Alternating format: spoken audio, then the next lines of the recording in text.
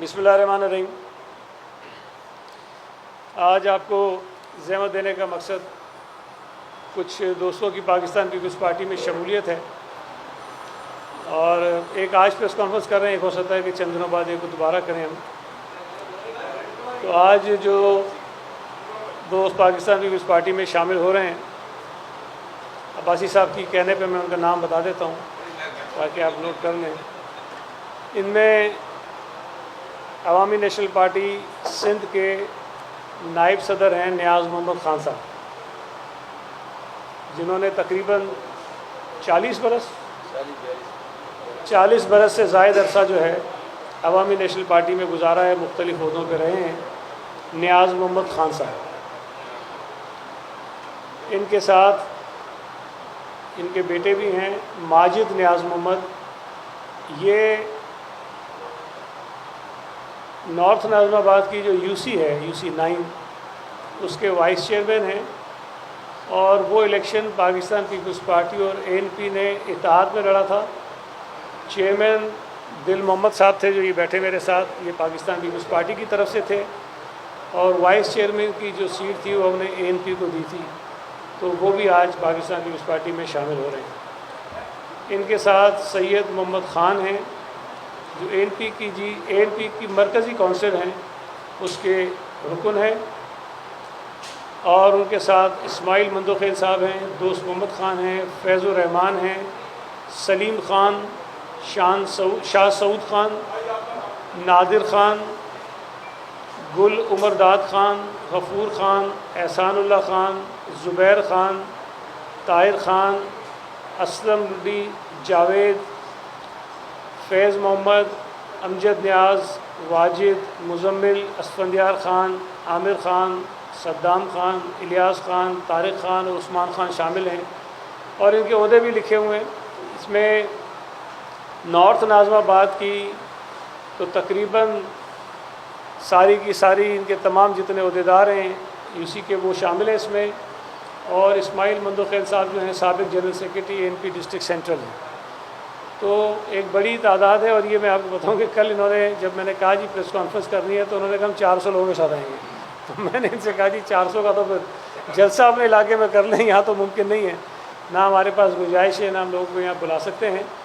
تو آپ مہربانی کریں کہ کچھ محدود نمبر کے دوستوں کے ساتھ آ جائیں، اور آج یہاں موجود ہے، پھر یہ اپنے علاقے میں کوئی تقریب ضرور کریں گے۔ میں نیاز محمد خان صاحب کو یا وقار بھائی ہم پرانا جانتے ہیں، ان کو ایک سیاسی کارکن ہیں اور بہت سرگرم سیاسی کارکن ہیں، اے این پی کے لیے انہوں نے بڑا کام کیا ہے۔ ان کی پاکستان پیپلز پارٹی میں شمولیت ہمارے لیے ایک بڑی اچھی بات ہے، اور ان کے جو تعلقات ہیں ڈسٹرکٹ سینٹرل کے علاوہ پورے صوبہ سندھ میں جو ان کا ایک سیاسی سرکل ہے اس کے اندر بہت زیادہ ہیں،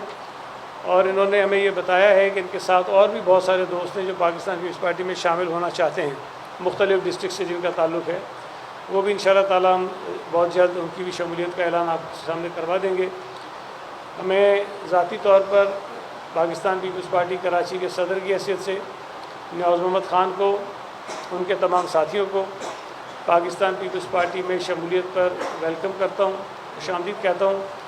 اور مجھے امید ہے کہ جس طرح انہوں نے این پی میں دلجوئی سے کام کیا، بڑے عرصے تک کام کیا، اور اب یہ پاکستان پیپلز پارٹی میں شامل ہونے کے بعد پاکستان پیپلز پارٹی کو خاص طور پہ کراچی شہر میں مضبوط بنانے کے لیے اپنی جو سیاسی ان کی کارکردگی ہے، جو خدمات ہیں، اس کا وہ کردار ادا کریں گے اور پیپلز پارٹی کو اس میں مضبوط کریں گے۔ میں گزارش کروں گا وقار بھائی سے اس پہ بات کر لیں، پھر نیاز محمد خان صاحب مختصر آپ سے بات کریں گے، پھر میں کچھ اور ایشوز ہیں جس پہ آپ سے بات کریں گے۔ بسم اللہ الرحمن الرحیم۔ میں آج اس موقع پر جناب نیاز محمد خان صاحب جو کہ عوامی نیشنل پارٹی کے بہت ہی سرگرم رکن رہے، عہدیدار رہے، ہمارا ان کا ایک سیاسی اور سماجی تعلق ماضی میں بہت اچھا گہرا رہا۔ ہم نے ساتھ جدوجہد بھی کی مشرف احمدیت کے خلاف، اور مختلف مواقع پہ، اور خاص طور پہ 12 مئی کے موقع پہ جب پیپلز پارٹی اور اے این پی کے کارکنان جو ہیں وہ 12 مئی کو شارع فیصل پہ شہید ہو گئے تھے، اور یہ ساتھ ہم ساتھ تھے اس موقع پر۔ نیاز محمد خان صاحب ایک سماجی شخصیت بھی ہیں. ان کی اپنے عوامی حلقوں میں بھی بڑی پذیرائی ہے, پاپولرٹی ہے, اور ہمیشہ بڑے ہمبل طریقے سے رہے, اور آج یہ پاکستان پیپلز پارٹی کے کاروان کا, اس کی فیملی کا حصہ بنے. میں دل کی گہرائیوں سے نیاز محمد خان کو اور ان کے تمام ساتھیوں کو پاکستان پیپلز پارٹی میں شمولیت پر مبارکباد بھی پیش کرتا ہوں, خوش آمدید بھی کہتا ہوں. اور میں سمجھتا ہوں کہ نیاز محمد خان صاحب ایک منجے ہوئے سیاسی کارکن ہیں, اور ان کی اور ان کے ساتھیوں کی شمولیت سے پاکستان پیپلز پارٹی کو کراچی میں مزید تقویت ملے گی. اور یہ پاکستان پیپلز پارٹی کی مقبولیت کی وجہ ہے. کراچی شہر کے جو مختلف طبقات, مختلف سیاسی جماعتوں کے کارکن پے در پہ پاکستان پیپلز پارٹی میں شامل ہو رہے ہیں, کیونکہ یہ ایک نظریاتی اور لیفٹ کے کارکن رہے ہیں. تو ہمارا ان کے ساتھ ویسے ہی ایک ذہنی ہم آہنگی بھی ہے, اور اب یہ میں سمجھتا ہوں کہ اپنے اصل جد و جہد کی جماعت میں بھی آگے ہیں, جو عوام کی خدمت بھی کر رہی ہے اور عوام کے لیے جدوجہد بھی کرتی ہے. تو میں سمجھتا ہوں کہ ہم نیاز محمد خان کے ساتھی ہم مل کر اس شہر کی مزید خدمت کریں گے, اس شہر کے مسائل بھی حل کریں گے, اور ان کے آنے سے ہم انشاءاللہ گراس روٹ پہ اپنی پارٹی کو مزید مضبوط کریں گے مل کے ساتھ ساتھ. بہت شکریہ. میں گزارش کروں گا نیاز محمد خان صاحب سے کہ مختصراً اپنی بات کریں.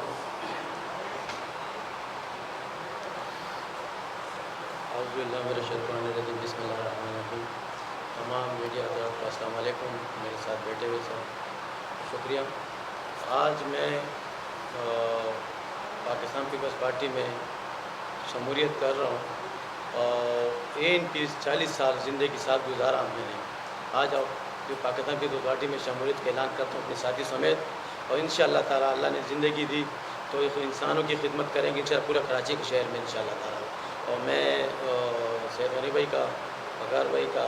سردار بھائی بیٹھے ہوئے ہیں, دل محمد بھائی بیٹھے ہوئے ہیں, سب کا شکریہ ادا کرتا ہوں. کچھ دوستوں نے بہت محنت کی, اور تو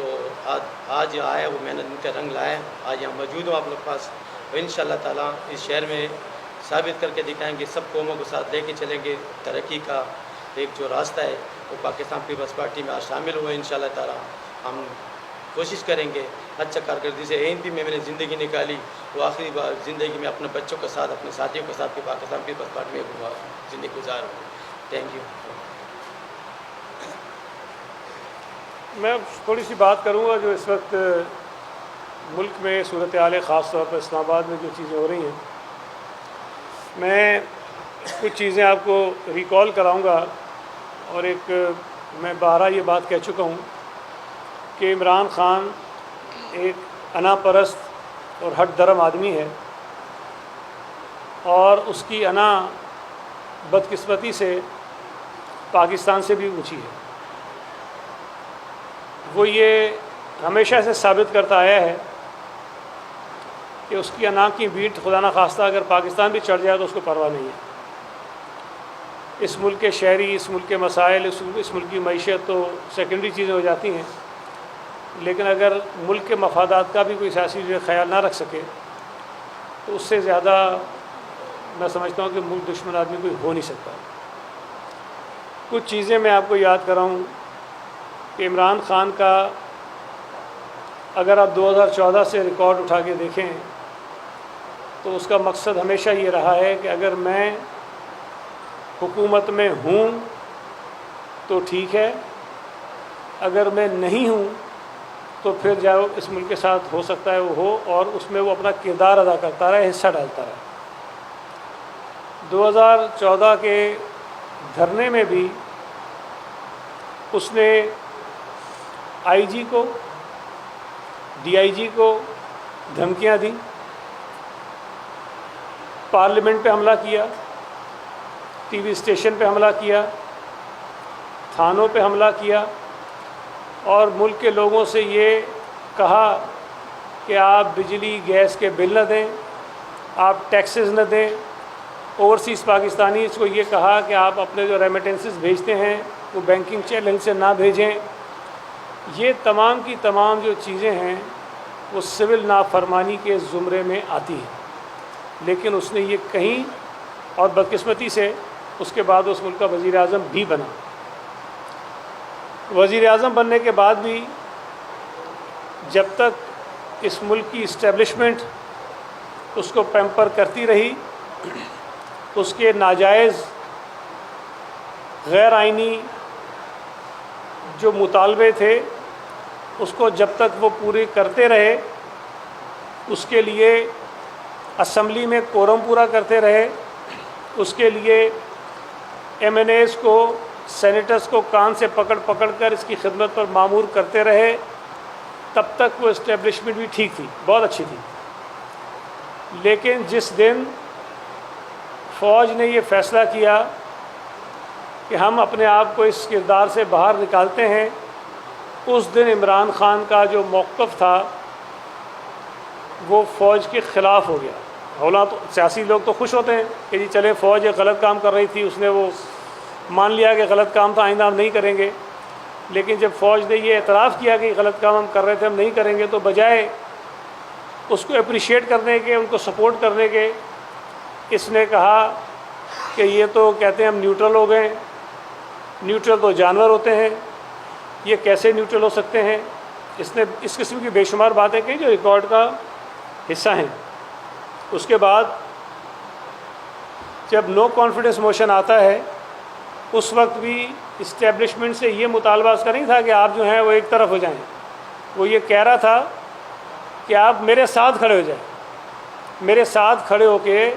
جو میری مخالف سیاسی جماعتیں ہیں ان کو جوتے مارنے میں میرا ساتھ دیں، آپ نیب کے ذریعے ان کو سزائیں دلوانے میں میرا ساتھ دیں، آپ ان کو جیلوں کے اندر ڈالنے میں میرا ساتھ دیں آپ۔ اور یہ بات بڑی افسوسناک ہے کہ ایک D G I S I نے پریس کانفرنس کی اور اس نے کہا کہ میری جب ملاقات ہوئی اس وقت کے وزیر اعظم عمران خان سے، تو اس نے مجھ سے یہ پوچھا کہ اس ملک کا سب سے بڑا مسئلہ آپ کی نظر میں کیا ہے؟ تو ظاہر ہے کوئی بھی ایسا شخص جو ملک کے معاملات پر، حالات پر نظر رکھتا ہے، وہ یہی کہے گا کہ جی ملک کی جو معیشت ہے وہ اس وقت سب سے بڑا خطرہ ہے۔ اگر معیشت خراب ہو رہی ہے تو ہم مشکل میں ہیں، تکلیف میں ہیں۔ جب انہوں نے یہ جواب دیا کہ جی ملک کی معیشت جو میں سمجھتا ہوں کہ سب سے بڑا مسئلہ ہے، تو عمران کہتا ہے کہ نہیں، اس ملک کا سب سے بڑا مسئلہ میری اپوزیشن ہے۔ اب اگر جس سیاسی رہنما کی، جس وزیر اعظم کی سوچ یہ ہو کہ اس ملک کے جو بے پناہ مسائل ہیں جس کا سامنا اس ملک کے لوگ کر رہے ہیں وہ کچھ نہیں ہے، لیکن اس ملک کا سب سے بڑا مسئلہ اپوزیشن ہے جس کو ہم نے ٹھیک کرنا ہے، جس سے ہم نے جان چھڑانی ہے، یہ اس کی اپروچ تھی جس کا اس نے اظہار جو ہے اس وقت کیا۔ اس کے بعد اسی نو کانفیڈنس کے دوران اس کے بعد یہ بھی کہا کہ جی اس ملک کے 3 ٹکڑے ہو جائیں گے، یہ عمران نے کہا۔ اس نے کہا کہ اس ملک کی فوج تباہ ہو جائے گی، اس نے کہا کہ اس ملک کے جو ایٹمی اثاثے ہیں وہ ختم ہو جائیں گے، اس نے اقوام متحدہ کو اپنی پارٹی کی جانب سے خطوط لکھوائے۔ آئی ایم ایف کے ساتھ معاہدہ عمران خان کی حکومت نے کیا تھا، جب اسے پتہ چلا اس کی حکومت جا رہی ہے تو اسی معاہدے کو اس نے اتنا خراب کیا تاکہ ملک معاشی بحران کا شکار ہو جائے اور اس ملک میں رہنے والے لوگ جو ہیں وہ مہنگائی کے بوجھ تلے دب جائیں۔ اور آپ کو یاد ہوگا وہ مشہور و معروف اس کی تقریر تھی نو کانفیڈنس سے پہلے، جس میں اس نے بجلی کی قیمتیں بھی کم کر دیں اور پیٹرول کی قیمتیں بھی کم کر دیں۔ نہ بین الاقوامی مارکیٹ میں پیٹرول سستا ہوا تھا، نہ ہمارے ہاں بجٹ میں اس کا پروویژن تھا۔ اس نے کھڑے ہو کے ایک تقریر کر دی اور اس تقریر کے نتیجے میں آئی ایم ایف کے ساتھ جو ان کا معاہدہ تھا وہ پورا تہس نہس ہو گیا، برباد ہو گیا۔ مقصد کیا تھا کہ جو اگلی حکومت آئے گی وہ اس دباؤ کا شکار رہے اور اس ملک کی معیشت برباد ہو جائے اور اس ملک میں رہنے والے لوگ جو ہیں وہ مشکلات میں آ جائیں۔ جس شخص کی یہ سوچ ہو، اور یہ بات میں بار بار کہتا ہوں کہ اگر اس ملک کی معیشت خراب ہوگی، اس ملک کی معیشت پر دباؤ ہوگا، مہنگائی بڑھے گی، بے روزگاری بڑھے گی، بجلی کے قیمتیں بڑھیں گی، گیس کی قیمتیں بڑھیں گی، تو صرف عمران کے مخالفوں کے اوپر بوجھ نہیں آئے گا، وہ لوگ بھی جو آج عمران کے لیے سڑکوں پہ نکلتے ہیں ان کے اوپر بھی یہ مصیبت آئے گی، ان کی بھی بجلی مہنگی ہوگی، ان کو بھی مہنگائی کا سامنا کرنا پڑے گا۔ لیکن اس نے ان کی پرواہ نہیں کی، حرکتیں اس نے کی۔ پھر جب پی ڈی ایم کی حکومت آتی ہے 16 مہینے کے لیے، جب ہم دوبارہ آئی ایم ایف سے بات کرتے ہیں، مجبوری کی کوئی راستہ نہیں تھا، اس وقت بھی 2 صوبوں میں جہاں ان کی حکومت تھی، وہاں حکومت سے انہوں نے خطوط لکھا IMF کو تاکہ وہ جو ایک معاہدہ IMF کے ساتھ ہونا ہے وہ معاہدہ نہ ہو سکے، اس کو انہوں نے خراب کرنے کی، برباد کرنے کی پوری کوشش کی، اس میں کوئی کسر انہوں نے نہیں چھوڑی۔ جہاں اس قسم کی روایات، اس قسم کے خیالات اس نے سب کے سامنے رکھے ہوں، جب حکومت میں نہیں تھا، الیکشن کمیشن ہو، عدلیہ ہو، پارلیمنٹ ہو،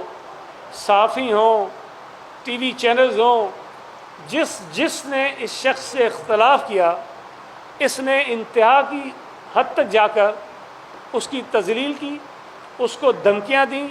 اور اس کو متنازع بنانے کی کوشش کی۔ کوئی ادارہ اس نے اس ملک کا چھوڑا نہیں ہے، کوئی ادارہ نہیں چھوڑا۔ تو آج بھی جب عمران خان جیل میں ہے، لیکن سوچ اس کی آج بھی وہی ہے کہ کس طرح اس ملک میں رہنے والے لوگوں کے مسائل میں وہ اضافہ کرے۔ جس طرح ماضی میں چائنیز صدر یہاں آ رہا تھا سی پیک کے لیے، انہوں نے دھرنے کا ڈرامہ کیا تاکہ وہ نہ آ سکے اور پاکستان کی معیشت کو کوئی سہارا نہ مل سکے۔ آج بھی SCO کا جب اجلاس ہونے لگا ہے، جس کے ایک بڑا ایونٹ ہے جو پاکستان میں ہو رہا ہے، اس کو برباد اور تہس نہس کرنے کے لیے حالیہ دنوں میں انہوں نے دوبارہ نئے ڈرامے شروع کر دیے، اور مقصد صرف ایک ہے کہ کسی طرح سے یہاں جو غیر ملکی سربراہان مملکت پاکستان آ رہے ہیں، وہاں ایسی رپورٹس جائیں، وہاں ان کو یہ بتایا جائے کہ پاکستان اس قابل نہیں ہے کہ تم وہاں جا کر اس کانفرنس میں شریک ہو سکو۔ یہ مسلم لیگ نون کی حکومت کے خلاف نہیں، یہ شہباز شریف کے خلاف نہیں، یہ فوج کے خلاف نہیں، یہ عدلیہ کے خلاف نہیں، یہ اس ملک کے خلاف سازش ہے جو عمران خان کر رہا ہے۔ اگر اس کے جو فالوورز ہیں، اس کے جو ووٹرز ہیں، میں ہمیشہ کہتا ہوں کہ پولیٹیکل ورکرز کی ہم عزت کرتے ہیں، ہم ان کا احترام کرتے ہیں، ان کا یہ حق ہے، ان کا یہ رائٹ ہے کہ وہ جس لیڈر کو، جس جماعت کو اپنے نظریات کے قریب سمجھتے ہیں، اس کو یہ ووٹ بھی کریں، اس کو سپورٹ بھی کریں، اس کے جلسوں میں بھی جائیں، اس کے مظاہروں میں بھی جائیں، یہ کوئی بری بات نہیں۔ لیکن اس کے کہنے پر کم از کم ایسے اقدامات سے گریز کریں جس کا نقصان ملک کو یا ریاست کو ہو سکتا ہو۔ 9 مئی کا واقعہ جو گزشتہ برس ہوا، وہ کسی سے ڈھکا چھپا نہیں۔ عمران خان کی گرفتاری اس ملک میں سیاسی لوگوں کی گرفتاری سے کوئی انوکھی نہیں تھی۔ ماضی میں وہ کون سا سیاسی لیڈر ہے جو گرفتار نہیں ہوا؟ کون سا سیاسی لیڈر ہے جو جیلوں میں نہیں گیا؟ کون سا سیاسی لیڈر ہے جن کو سزائیں نہیں ہوئیں؟ عمران خان کو اس وقت سزائیں بھی نہیں ہوئی تھیں۔ عمران خان کو خدا نخواستہ پھانسی بھی نہیں ہوئی تھی۔ عمران خان کو خدا نخواستہ کوئی قتل بھی نہیں کیا گیا تھا، اس کو صرف گرفتار کیا گیا تھا۔ اور گرفتاری کے رد عمل میں جو کچھ ہوا، اس سے پوری دنیا میں اس ملک کا تماشا بنا، اور اس کے ذریعے ہماری فوج کے درمیان، فوج کے اندر انتشار پیدا کرنے کی ایک سازش کی گئی۔ اب اگر یہ اتنے سنگین واقعات ایک شخص کر رہا ہو تو کم از کم میں تو اس کو کوئی حب الوطنی کی بات اس کے لیے میں کرنا مناسب ہی نہیں سمجھتا ہوں۔ میں سمجھتا ہوں کہ وہ شاید اس کا جو کردار ہے، اس کی جو سوچ ہے پاکستان کے ساتھ محبت کی یا پاکستان کے ساتھ تعلق کی، وہ مشکوک ہے، اور وہ ثابت بھی ہوتی ہے۔ 2-3 چیزیں آپ کو بتاتا ہوں۔ PTI کا فورن فنڈنگ کیس مشہور و معروف کیس ہے، سب کو پتہ ہے، سب نے رپورٹیں پڑھی ہیں، سب نے اکاؤنٹس دیکھے ہیں، سب نے وہ الیکشن کمیشن کا فیصلہ دیکھا ہے، سب نے دیکھا ہے۔ پاکستان کے قانون میں یہ لکھا ہے، قانون میں لکھا ہوا ہے کہ جو انتخابی جو سیاسی جماعتیں ہیں ان کو ڈونیشنز وہ لے سکتی ہیں، لیکن کسی غیر ملکی سے وہ ڈونیشنز نہیں لے سکتی۔ پاکستان کے قانون میں اس پہ پابندی ہے۔ چلیں ہم اس بات پہ بھی چپ ہو جائیں کہ پاکستانی اوورسیز ہے، کوئی غیر ملکی ہے، امریکن سٹیزن ہو گیا، برطانیہ کا سٹیزن ہو گیا، یورپ کے کسی ملک کا سٹیزن ہو گیا، لیکن پاکستانی ہیں بائی اوریجن، اس نے اگر دیا تو سمجھ میں آتی ہے کہ چلیں ٹھیک ہے اس نے دیا ہوگا، لیکن اگر بھارتی شہری پاکستان کی سیاسی جماعت کو فنڈ کرے، اگر کوئی اسرائیلی شہری، کوئی یہودی پاکستان کی کسی سیاسی جماعت کو فنڈ کرے، تو یہ بات سمجھ سے بالاتر ہے۔ اگر کوئی پاکستانی بائی اوریجن پاکستانی شہری کسی اور شاید ملک کا ہو سکتا ہو، وہ دے رہا ہوگا تو سمجھ میں آتا ہے کہ جی کوئی تعلق اس کا پاکستان سے ہے، اس کا خاندان پاکستان میں ہوگا، پاکستان کو ترقی یافتہ دیکھنا چاہتا ہے، پاکستان میں اس جماعت کی حکومت دیکھنا چاہتا ہے، اس نے فنڈ کیا ہوگا۔ لیکن اسرائیل کا شہری، بھارت کا شہری، کوئی یہودی جس کا پاکستان سے کسی طرح کا کوئی تعلق نہیں بنتا، وہ ایک پاکستان کی سیاسی جماعت کو کیوں فنڈ کرے گا؟ انہوں نے کیا،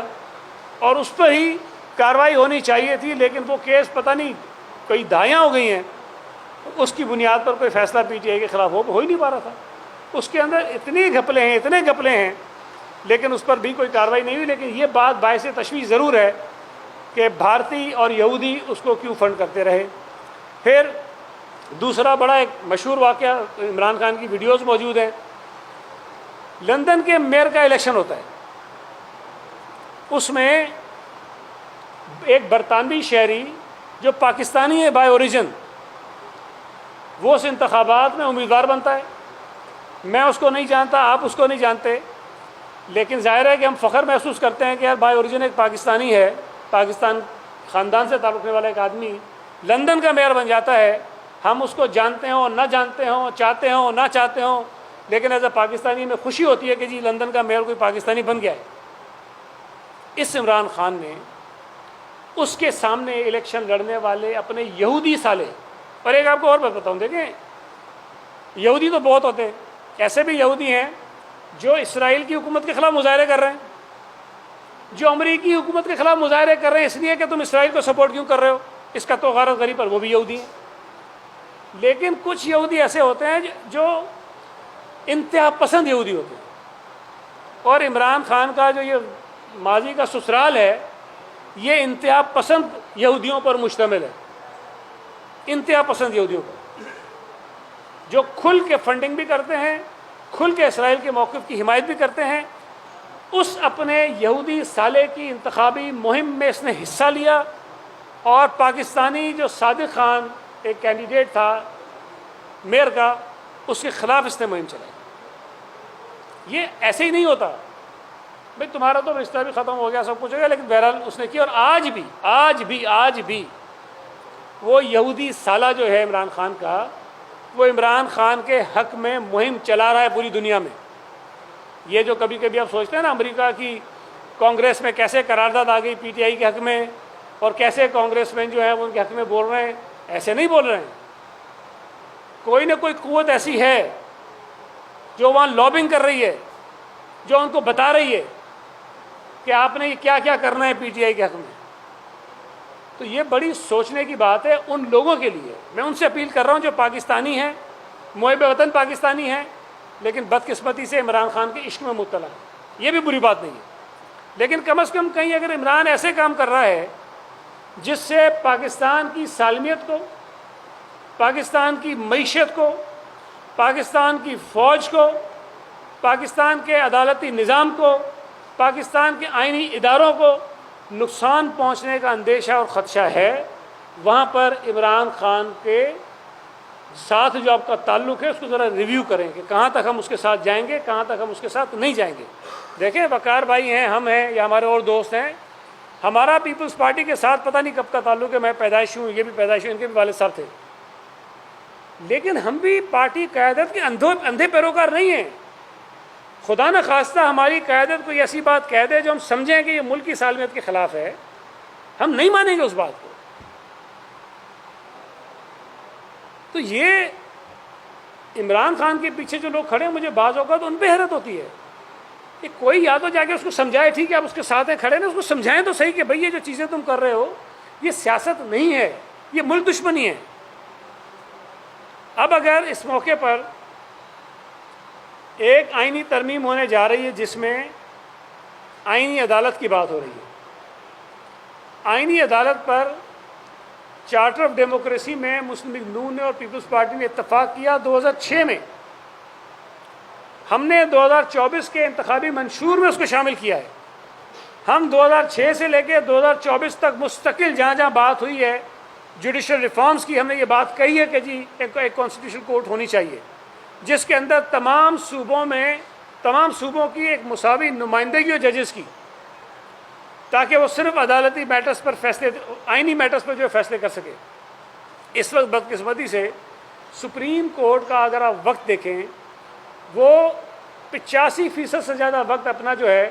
وہ صرف کرتے ہیں پولیٹیکل کانسٹیٹیوشنل میٹرز کے اوپر. عام لوگوں کے جو کیسز ہیں، جو اپیلیں ہیں، ان کے نمبرز نہیں آتے ہیں. کئی سال تک ان کی سنوائی نہیں ہوتی ہے. لوگ ذلیل و رسوا ہو رہے ہیں، خوار ہو رہے ہیں، ان کو انصاف نہیں مل رہا. اگر اس عدالتی نظام کو پاکستان کی پارلیمنٹ، پاکستان کی سیاسی قیادت ٹھیک نہیں کرے گی تو کون ٹھیک کرے گا؟ اب ایک کانسٹیٹیوشنل کورٹ بنانے کی ایک موو ہوئی ہے. اب اس کو روکنے کے لیے اس لیے کہ اس کو اندیشہ ہے کہ شاید جو میرا پلان ہے پاکستان کے خلاف یا پاکستان کے خلاف میں جو سازشیں کر رہا ہوں اس کے راستے میں کہ رکاوٹ بن جائے گی، تو اس کو وہ روکنے پہ تل گئے. قاضی فائز عیسیٰ کے خلاف ایک منظم مہم جس طرح یہ سب کے خلاف چلاتے ہیں، یہ سب کے خلاف چلاتے ہیں. جس نے ان سے ڈس ایگری کیا، پی ٹی آئی سے، عمران خان سے، جس نے ڈس ایگری کیا، بدقسمتی سے